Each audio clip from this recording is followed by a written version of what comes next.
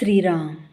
साधक हो, सध्या आपण श्री ब्रह्मचैतन्य गोंदवलेकर महाराज यांचे थोर शिष्य परमपूज्य श्री तात्यासाहेब केतकर यांच्या चरित्राचा आस्वाद घेत आहोत.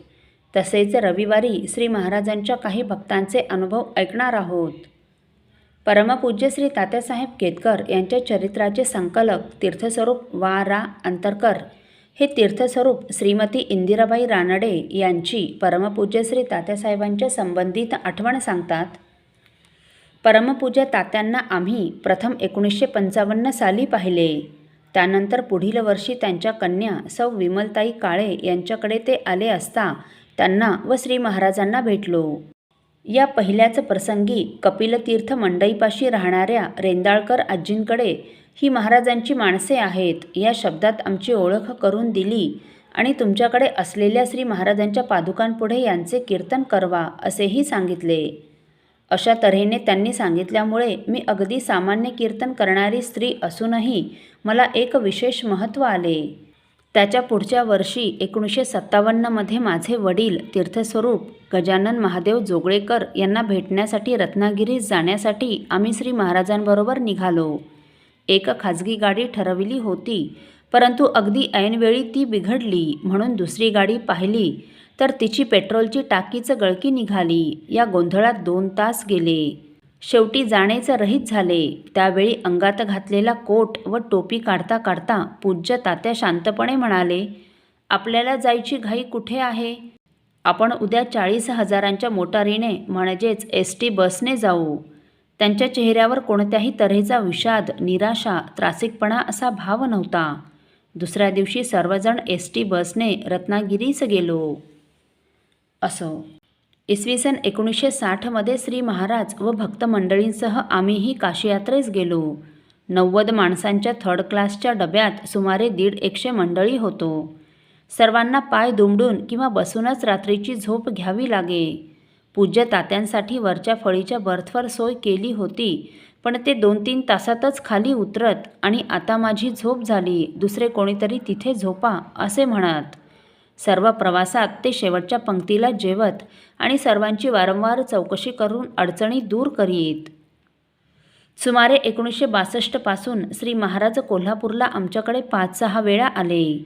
पेटी घेऊन येणाऱ्याच्या पायावर दूध पाणी घालून उघडून धरलेल्या पेटीला म्हणजे श्री महाराजांना ओवाळून मग घरात प्रवेश करायचा अशी पद्धत होती. पण त्यावेळी पेटी दुसऱ्या कोणाकडे तरी देऊन तात्या स्वतः बाजूलाच उभे राहत. स्वतःकडे ते एवढासुद्धा मोठेपणा येऊ देत नसत. आमच्याकडे उतरले असले की सकाळी काकड आरती व चहापान झाले की तीर्थरूप तात्या त्या दिवशीच्या भाजीची चौकशी करत. डाळिंब्या काढणे, शेंगा सोलणे वगैरे काही असले तर पुढे आणायला सांगत. ते स्वतः कामाला लागले की बरोबर आलेली 10-15 मंडळीही पुढे सरसावत. त्यामुळे घरात स्वयंपाक करणारी मी एकटी असूनही काही कठीण वाटायचे नाही. नैवेद्याचे चांदीचे ताट त्यांना ठेवले तर दुसऱ्या कुणापुढे ठेवून स्वतः साध्या ताटात जेवत. इतके साधेपणाने ते वागत. एकदा तीर्थरूप तात्या आणि सौ ताई असे दोघेच आमच्याकडे आले होते. अरविंद काळे दुसऱ्या दिवशी आला. त्यावेळी थिएटरात कुठला तरी मराठी सिनेमा चालू होता. पूज्य तात्यांसह आम्ही सर्वजण टांग्यातून सिनेमाला गेलो. टांग्यातून उतरतानाच त्यांनी टांगेवाल्याच्या हातावर भाड्याचे पैसे ठेवले. त्यांनी ते आधीच काढून ठेवले होते. आम्ही नको म्हटले तेव्हा म्हणाले, अहो माझ्याजवळ सुट्टे होते म्हणून दिले. असे ते फार व्यवहारी व निस्पृह होते, पण सारे काही विलक्षण सहजपणाने करीत. असो. एकदा झोपायला रात्रीचे 11:30 झाले होते. सर्वजण अंथरुणावर पडलो ना पडलो एवढ्यात दाराची कडी वाजली. नानांनी दार उघडले. एक माणूस श्री महाराजांना भेटायला आला होता. नानांनी अगदी हलक्या आवाजात सांगितले, उद्या सकाळी या, तात्या आत्ताच झोपले आहेत. तरी तात्यांना ते समजलेच. ते लगेच उठले आणि म्हणाले, ते महाराजांना भेटायला आले आहेत, त्यांना परत पाठवू नका.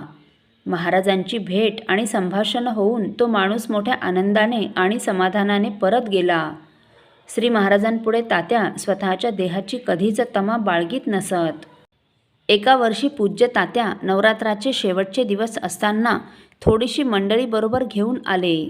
दसऱ्याच्या दिवशी सकाळी 9 वाजता सर्वांनी श्री अंबाबाईच्या दर्शनाला जायचा बेत झाला.